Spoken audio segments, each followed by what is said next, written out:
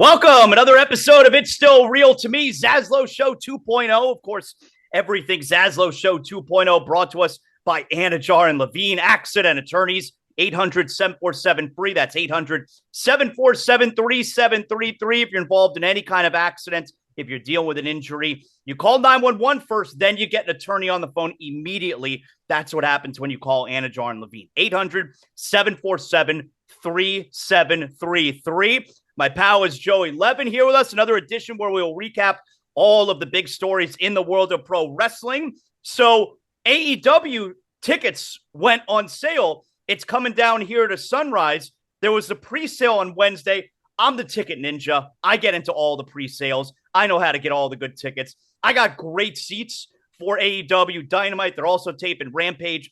I think it's April 24th. It's at the end of April. FLA Live Arena in Sunrise. You picked up tickets also, so we're going to be there. That's going to be a good time. Yes, sir. Yeah, I'm looking forward to it. I'm cautiously optimistic because, as we'll talk about here pretty extensively, I'm not super high on AEW at the moment, but live shows are always better.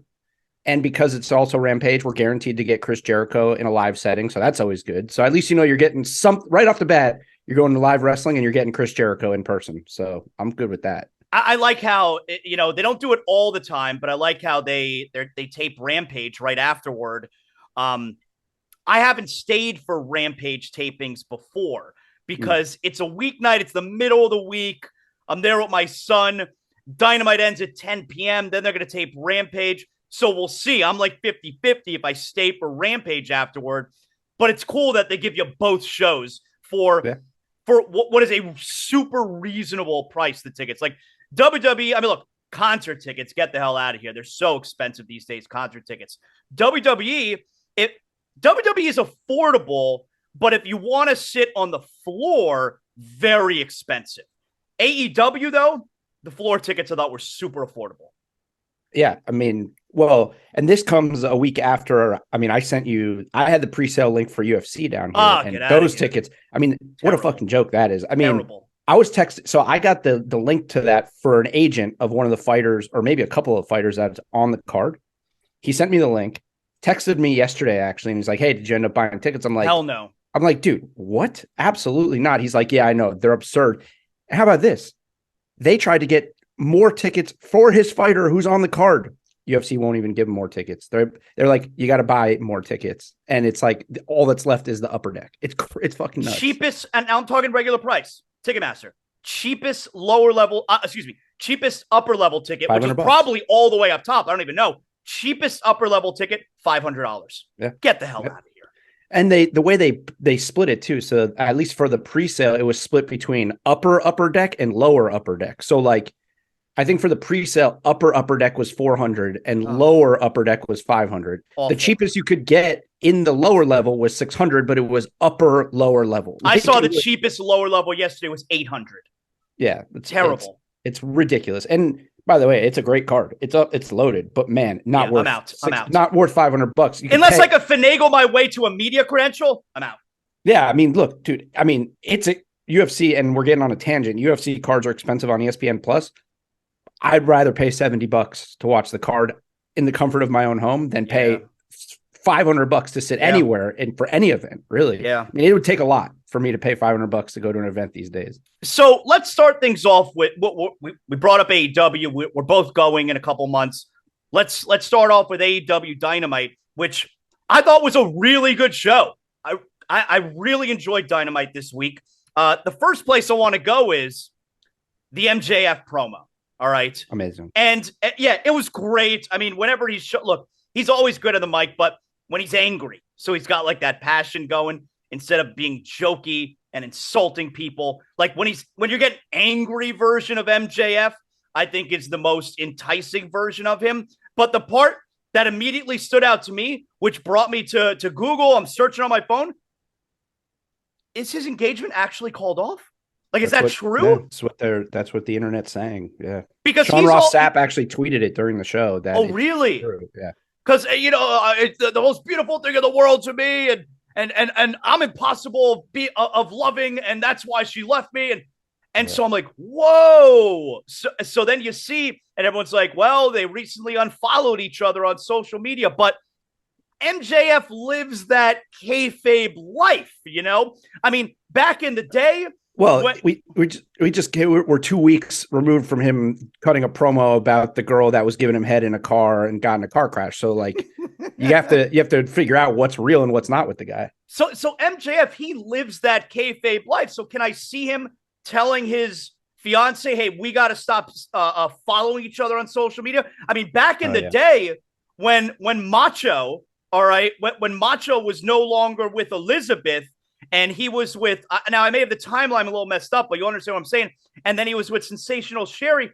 Macho and Liz were still married, but they technically got separated in legal terms, right? Because he's got to live that kayfabe life, you know, even though they weren't really separated. He got separated from Liz, you know? So, and MJF seems to live that, like he lives that life.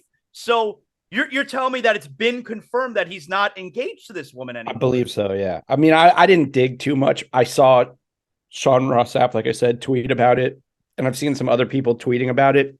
I didn't really dig that much, but it seems so, yes. Yeah. Oh man, that's so sad. You know? It's crazy. It's crazy. You know what I think is interesting about MJF too now? I don't think he's like, I don't even think he's competing with the AEW roster anymore. I think he's competing with Cody Rhodes, because this is the second promo in a row coming on the heels of an incredible Cody Rhodes, Paul Heyman promo. So you think he's watching? So I think Cody Rhodes, Paul Heyman's promo this week was all about Heyman telling Cody, can you handle this and be away from your family? Can you handle the family responsibilities? I'm not married. I'm single. I don't have to worry about that. Can you handle that? And then now we have this long promo from MJF about how Bryan Danielson's a disappointment to his family. He hates him because he has all the things that he wants, and he takes him for granted because of his concussion. I mean, there was some pretty real shit in that promo, by the way. Like, besides from him getting separated from his real life fiance, and then him talking to Birdie and that when he looked into Buddy, is that the son's name? Buddy? Something like that. Yeah, I didn't even realize they had a son. I genuinely, I love wrestling and I love the characters. I don't care about these people's personal lives. I don't care about Daniel Bryan's family. But I like when it gets intertwined. So like, I don't know. That's what I mean. So I don't know if like, I don't know if he's going to be offended with what's being said. I love that shit. No. I certainly love that he intertwines it into the promo. I think that's great.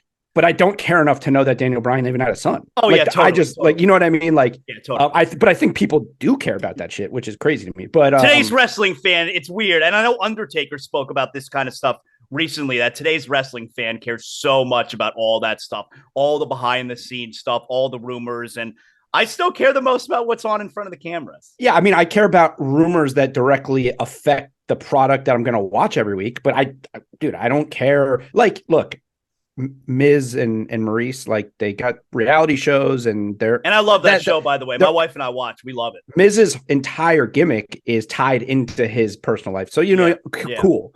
But like, I don't care about Daniel Bryan's kids. No offense. I don't mean that in an offensive way. I don't know him.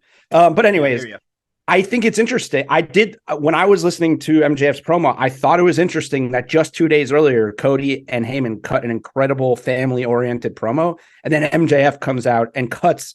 You may be onto something. I like that. If that's the case, if they're competing with each other indirectly like that, I dig it, man. We know the boss is watching, right? So maybe the top. We know Tony Khan's watching WWE's programming right after what happened last week. So I mean, I can't imagine MJF's not. And it all ties into his bidding war of 2024. And there's so many rumors out there now of who's going to go where and contracts coming up, which we'll talk about later.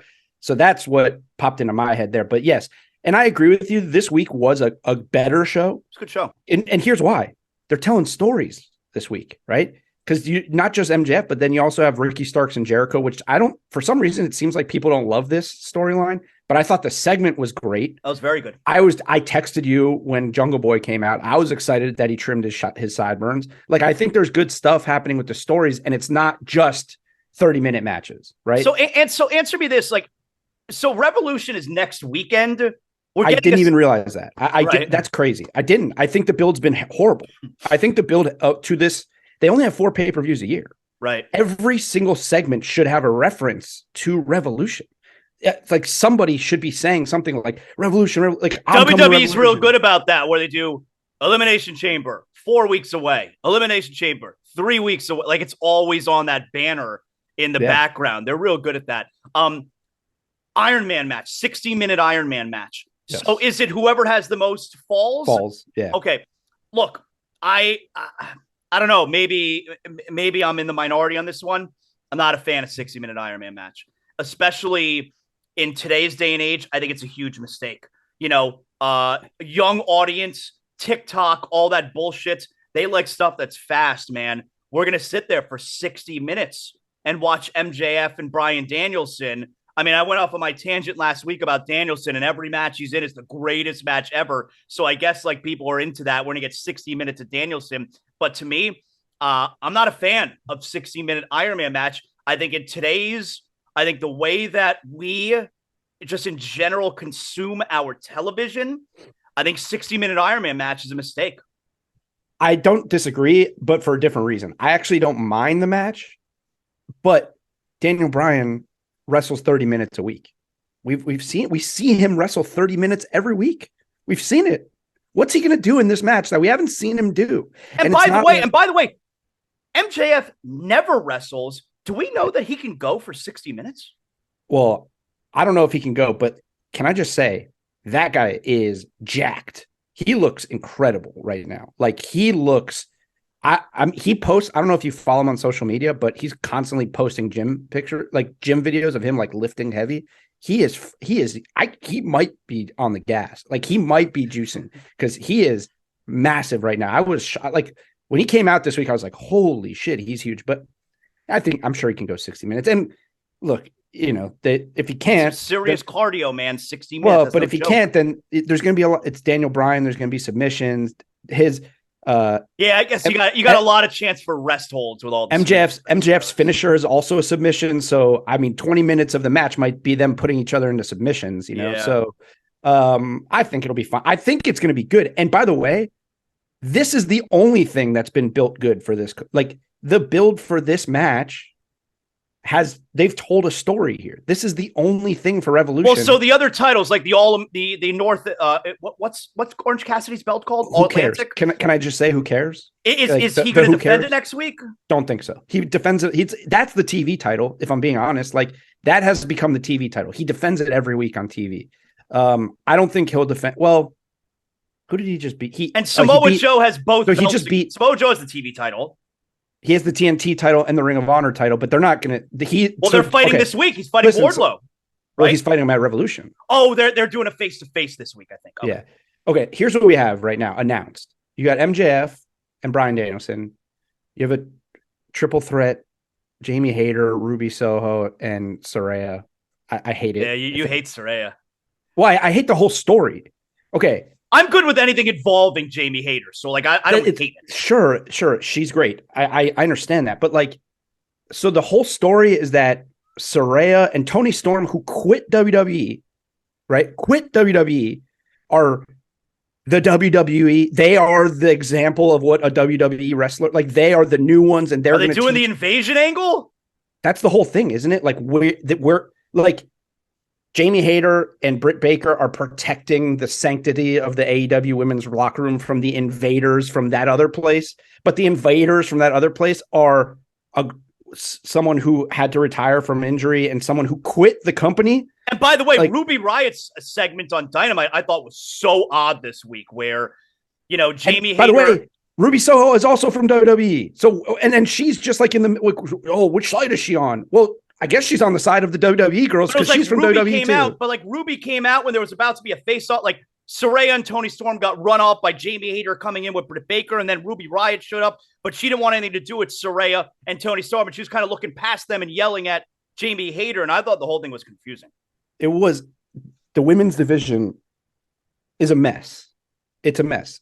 Jamie Hayter's great, but like, because I'm going to tie this into Rampage too, right? Because I don't know if you watch Rampage. I actually did. It was a pretty fun show. But here's the thing, right?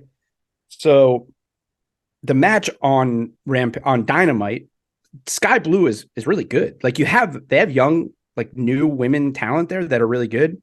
She just gets. I mean, she's good, but she's an afterthought in the match. Rampage.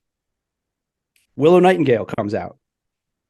The crowd Everyone loves Willow Nightingale. Why do they love her so much? What's she done? Because she's great. She's really good. She's just fun. She's a good character. Yeah, everyone loves her. Loses to Tony Storm. Why? I don't know. Why does Tony Storm need a win? They do a vignette. Did you know Jade Cargill's 53-0? Did you know that? But it seems like they're pulling the move with Goldberg, where every week Goldberg had another 9-10 victories, right? Did you even know she had a match since she won her 50th match? I didn't even know she's wrestled since her 50th. You know how I feel about Jade Cargill. Like, it's time for her to move up and start, fighting women like Britt Baker and Jamie Hayter and Tony Storm. Like, it's enough of these mid-card, especially if one of them is going to beat her. It can't be a mid-carder. It needs to be someone big who beats her. They have talent. They have women's talent. It's enough. It's enough with the forcing Saraya and Tony Storm down everyone's throat. No, I don't. Saraya was bad as a face because no one wanted her there, and now as a heel, she's just as bad. She comes out and she's just flicking people off. That's her gimmick. Right. She just comes out and just flicks people off. Right. Like, what is that? That's the gimmick. Right. And then she has a spray can, so she's like flicking people off, and she has a spray. It's so bad and it's forced. But no, so we have that triple threat. So if you didn't watch Rampage last night, you don't know that we have the Elite versus House of Black for the trios titles at Rampage. Okay. All right. Which is, I did not by the know way, that. Which is great. Where's the build? Where's the story? Why are the Elite not like a pivotal part of AEW? They're in a tough spot in that realm because they have a second show, Rampage, where they don't want it to be treated as a secondary show, but it's on the worst night of the week television-wise, Friday, and it's on at 10 p.m. on Friday. So a lot of people like me, look, I was watching the Heat and the Panthers last night, and then after that, I watched SmackDown. Like, I'm not staying up till 2 a.m. to watch Rampage, So it's on at a bad time, and they want to treat it like it's a big show. Yeah, but no, I don't mind them having like the Young Bucks fought Aussie Open, which is Will Ospreay's group, like the tag team that's affiliated. Yeah, I was going to say, when I saw they're fighting Aussie Open, I was like, Will Ospreay going to be fighting on Rampage? Well, my understanding is Forbidden Door is going to be in a couple months, so they're doing that again. But anyways, there was a great match. I don't mind them doing that stuff, and then they botch the production of it again. The lights go out in the middle of the match. So you think, okay, well, if the lights went out in the middle of the match, I guess the Young Bucks are going to lose because they got distracted because the lights went out. But then the lights just come back on and nothing happens. But the announcers are like, that must be the House of Black. But House of Black still doesn't come out. Young Bucks win the match. And then the lights go out again. And then the House of Black shows up. Well, and then we get an announcement. How about on Wednesday night? Like, I forget who it was that came out to attack Chris Jericho, but Ryan Nemeth's Videotron and music came on. And it wasn't Ryan Nemeth who came out. Well, no, it was Peter Avalon. And but Ryan Nemeth's music and graphic came on the screen. Aren't they like a group? So again, this is something that happens with AEW. I think there's a lot of stuff that happens on Being the Elite that they don't like. I think they're like kind of linked together. Okay, so that's a normal thing that when that guy comes out, Ryan Nemeth's music and Ryan Nemeth's pictures on the screen. Did it? I didn't know. I didn't see his picture. But I think they might be a group. I don't know, man. I don't know what's going on with AEW. Like they're a mess. It's a mess now. Okay, so when Peter Avalon came out and Jericho gave, because here's what's going to happen now. You're never going to see this, right? You'll never see this unless you watch Being the Elite. Yeah. Jericho does the Judas effect to Peter Avalon with the spike jacket. Yeah. That's going to be a storyline now on Being the Elite. He's going to have like a bandage on his eye. He's going to play it up. But you're saying I'm never going to see it. Unless you watch Being the Elite, you'll never see it because he's always on Being the Elite. I used to watch it a lot. It kind of sucks now, but my point is like they do all this stuff outside of television. But why don't they tell me then when I'm watching Dynamite, make sure you catch Being the Elite, blah, blah, blah. They never mention it. I don't know. What did you make of Tony Khan's big announcement on Wednesday night? So you on Zaslow Show 2.0 that afternoon. Big deal, not a big deal. Tony Khan, he's got an important announcement. That's a big deal. As that's a major letdown. That's a letdown. So the announcement for those who didn't see it is that they have announced what. So the most interesting thing about that announcement is what's going to happen to the Slap Fight League, because that's what's on right after Dynamite, right? Like Oh, okay. so now AEW has the hour after Dynamite, So it's and an they're going to do all-access show is what they an announced. unscripted, I'm putting up air quotes, unscripted all access, which That does not need to be promoted for big announcement. Basically, you know what that is? It's being the elite. That's Okay. what being the elite is. Being the elite is a 30-minute a week all access vlog. But you can't promote that as the big announcement. It's not worth it. So, but my question is like the biggest issue I have with AEW is they don't tell stories. It's all great wrestling without telling story. They are not telling us stories. They're not giving us reasons to care about these matches. So you got another hour on national television, and instead of that being another hour of wrestling programming where you could let it breathe, let people cut promos, tell some stories week after week to build these pay-per-views, I'm getting an all access behind the scenes show every week. It's awful. It just makes no sense. Can I ask you a question? Yeah. In all seriousness, if you didn't host a wrestling podcast, are you paying for Revolution next week? Oh yeah. Are you excited for Revolution? Because I'm not. Am I excited right this second for Revolution? No, but I'll wake up Saturday next week and be like, all right, cool. I'm looking forward to watching Revolution tonight. I will. I don't know, man. I was watching Dynamite this week and didn't even realize that one of their 4 pay-per-views a year is next week. They have done very little to make me excited for it. And I also know it's going to be like 8 hours long. Yeah, it's very long. I went to Revolution last year. Very long show. So it's like, I'm having trouble with AEW right now. Just the way a lot of these are like, everything's rehashed. Why do I need to see Moxley and Adam Page and Hangman Page for the 4th time on a pay-per-view?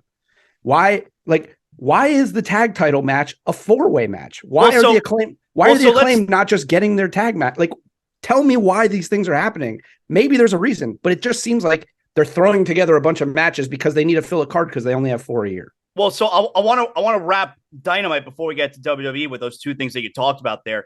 Number 1, the Battle Royal.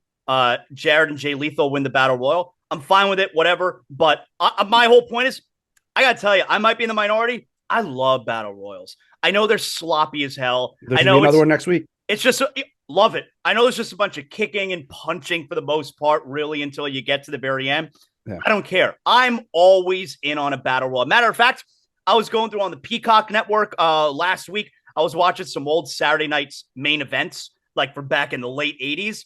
And if it says Battle Royal in the episode detail, I stop and I watch it. I love a Battle Royal. So Jared and Jay Lethal win that Battle Royal. Okay, fine. I mean, maybe some people are complaining that, but Jared's high profile, man. Look, he's high profile. And also they have a history with the other 2 teams. Yeah. So it makes sense. Yeah. I don't care. Honestly, I don't even care who won that Battle Royal, because what I care about is that I don't know why it's even happening. Can somebody in AEW, can someone on the 3-man booth explain to me why the tag title match at Revolution is a 4-way match? Is there a reason? So we're getting another one next week. Is it going to be all the same teams again, except for Jared and Lethal? I don't know. I would assume, right? I don't know. And I also don't care because I don't know why it's happening. I care. I love Battle Royals. I care. Yeah, but no. I don't care what the reason is. I'm going to watch it. Battle Royals are fun. I love it. Tag team Battle Royals are weird, but they're also fun. Yeah, I always go in. I'm wondering, okay, does only one guy have to be eliminated and the other guys to leave? But no, it's both have to be eliminated. Right. But why is it happening? Why is this a match at Revolution? The Acclaimed haven't even had a rematch. They just lost their titles.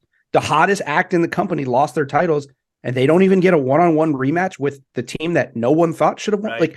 Why is this happening? Somebody explain it to me in AEW. It's the storytelling is a mess for the whole.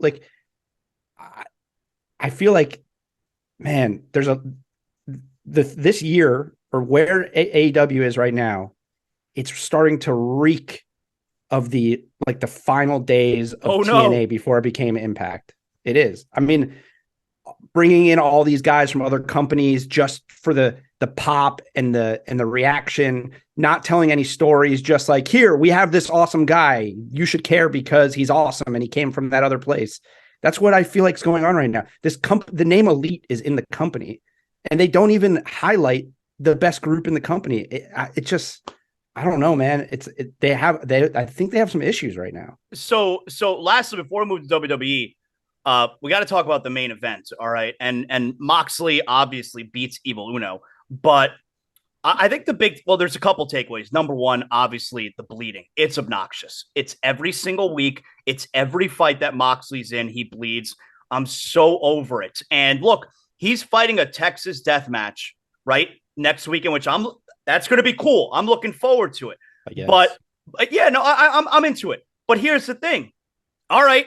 Moxley's going to bleed. I'm sure Hangman will also. Moxley's going to bleed in this Texas death match like he always does. That takes away the effect of the Texas death match. Like, Moxley bleeds in a one-on-one match against Evil Uno on Wednesday night. And he's also going to bleed in a Texas death match. Like, it totally takes away the effect of it. It's enough with the bleeding every single week. Well, and everybody's it's like a weird fetish. Well, and everyone's bleeding now. Like Danielson always bleeds. And Evil Uno's bleeding was disgusting. It was like spurting out of his mouth. It looked like his eye was falling out. His eye was bloody. By the way, there was blood earlier in the night. Jungle Boy bled, right? Didn't Jungle Boy bleed? So I know you said you don't watch Simon Miller from What Culture. He does a show, Ups and Downs, and his whole thing is very popular. But his whole thing is he's the most positive guy out there. Like, he basically everything gets an up, right? But what he also does is he has like counters for things. So like, people will hold signs with his name in the crowd. He has a Simon counter, and he has like a surprise roll-up counter. Like, every time there's a surprise roll-up on TV. Now he has an AEW blood counter. Yeah. Starting this week, because there's so much. He's like, I love AEW, but I got to do it. Now we're doing a blood counter. So every time there's blood, he has a counter now. I mean, Moxley bleeds every single week. You can't tell me it's not going to take away from the Texas death match. It does. Yeah. It takes away from the affected. But I think the main thing that I'm taking away from Dynamite on Wednesday night and from this main event is Blackpool Combat Club heel now, because Moxley was behaving like a total heel all throughout the match, and earlier in the night when Cassidy beats Wheeler Yuta, Cassidy wants to shake his hand at the beginning of the match. Wheeler Yuta's not having it. Then at the end of the match, Claudio comes in, tells Wheeler, "What the hell are you doing? Get out of here." I think Blackpool Combat Club's heel now, right? I guess. I mean, that seemed like they were behaving like heels. Moxley, especially, like, Moxley was a piece of shit after the match, where he was still had the submission on Evil Uno, who was a disgusting bloody mess. And then Hangman has to come out. The other Dark Order guys have to come out and make the save. Like, Moxley's a heel now, right? Looks like it. Well, so yes, but also Bryan Danielson's not a heel. So right, that part's weird. Yeah, he's definitely not going to be a heel in that match. That's weird. So maybe there is no Blackpool Combat Club, or maybe he's not in it anymore. Are we leading to that? I don't know, because I don't know what's going on in AEW. I don't think they did a good job explaining when Regal left in the first place. I feel like that story out there, like, why would Danielson and Moxley still be cool with each other when Danielson still loves the guy that cost Moxley the title? Like, I feel like we never visited that. I don't know. I don't. My answer is I just don't know. And in the worst kind of way. Like, we talk every week about how we don't know what's going on with the bloodline in the best way. Yeah. Right. I don't know what's going on in AEW in a lot of ways in the worst kind of way, because nothing's explained to me. And look, I get it that Tony Khan's, his priority is, we want to be the best wrestling company. We want to have the best wrestling matches. And that's fine. I understand that. And I appreciate that they put on good wrestling matches. But you can't have 3 hours of weekly television without having stories. It's not captivating. People are not tuning in to watch fake fights. They're tuning in for stories. And I'm sorry. I know it's not fake. I know they're hurt. I know that. I get it. We host a wrestling podcast. I know what wrestling is. But weekly television it's a TV show. It's not UFC. This is not a fight card. This is a TV show. They need writers. They need storylines. Tony Khan can't do it by himself anymore. It's been proven. The last 3 years, right, with AEW, Tony Khan, Booker of the Year, Tony Khan, Booker of the Year. Was he Booker of the Year, or was it that every 3 months a big name popped up, right? Was he Booker of the Year? Well, but also, I think it's tough to keep it going. It's like when a rock band comes out, their first couple albums are amazing because, hey, I got all these great ideas and you're pumping them all out. Well, now can you keep the great albums going? You know, do you still have something left in the tank here? Yeah, but think about this, right? Even from the start, okay? Why was AEW so hot in the beginning? Well, everybody wanted to see the Elite, and Jericho was part of it in that. Well, and WWE was struggle city. Well, then Moxley shows up, and it's like, oh, okay, this is the real. I mean, John Moxley from the Shield, one of the biggest factions in the history of the other guys. He's here. This is crazy. And then Adam Cole, Andrade, Miro, Daniel Bryan shows up. CM Punk's back for the first time in 7 years. So, like, was the booking great, or were these guys just showing up and everyone's like, oh man, Tony's doing it, he's competing? But now these guys aren't showing up anymore because they don't want to leave WWE anymore because Triple H has been doing a good job. And not only that, they took the biggest star from AEW and he's now the biggest star in their company. Mm-hmm. So it's like they need to figure something out. Like, I think Tony Khan runs the whole show himself and he's got to start hiring writers. Like, there's no cohesiveness to the show. And I think part of that is because he's just like, this guy wrestling this guy will be good. So let's do that. And that's the story. And I don't think it's going to last if they keep doing it that way. They probably need more pay-per-views too. I mean, they like all of these 30-minute matches that are on TV should probably be on pay-per-views, and some of that time needs to be used to tell the story.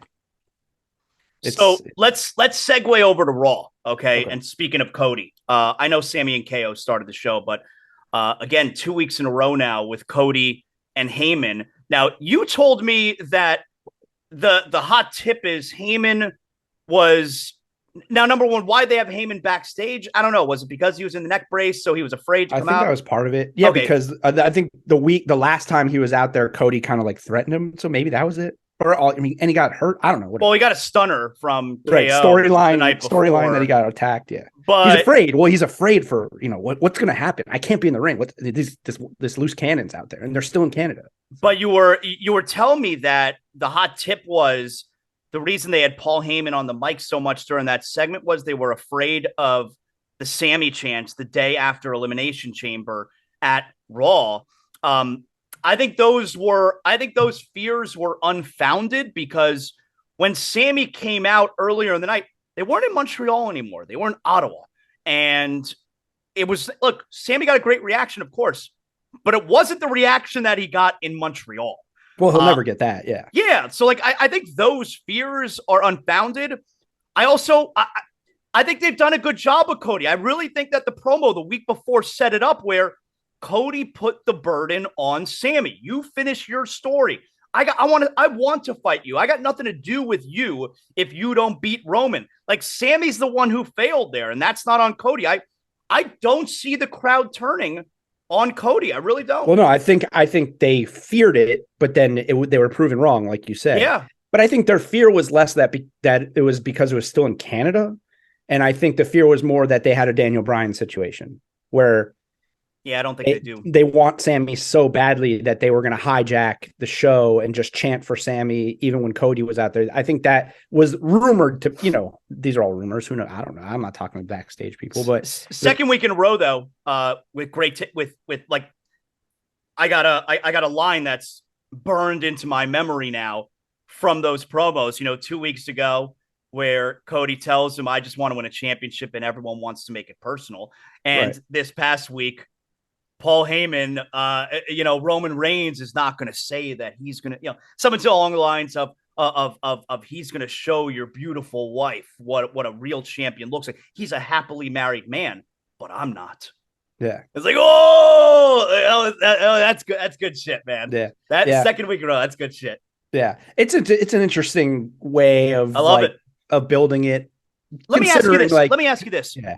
because I asked you this last week, when or after Elimination Chamber, we did the reaction show last week, and I said, we're 6 weeks away. When are we going to see Cody and Roman face to face, and will it be on Raw or will it be on SmackDown? I think it has more. I think it has more fate if it's going to be SmackDown as opposed to Raw. But will we see them in the ring face to face? Will we see them face to face before WrestleMania, or are they face to face at WrestleMania in that ring for the first time? And we're just like, oh man, well, I have something. Here. I have something in Big Dirt, okay. but I could put it out there now. Okay, go ahead. Roman is advertised for March 20th Raw. Okay, so that's in a okay, so he's going to confront him there. He's advertised for that Raw, like from the arena is advertising that Roman Reigns is going to be there. Gotcha. And he's not sometimes that's right. bullshit. I know, but that's he's the face of the company right now, so put him on a promo. Yeah, but they don't always. I don't think they always advertise. Right, they don't. He's going to be there. So that's could be something, could be nothing. Right.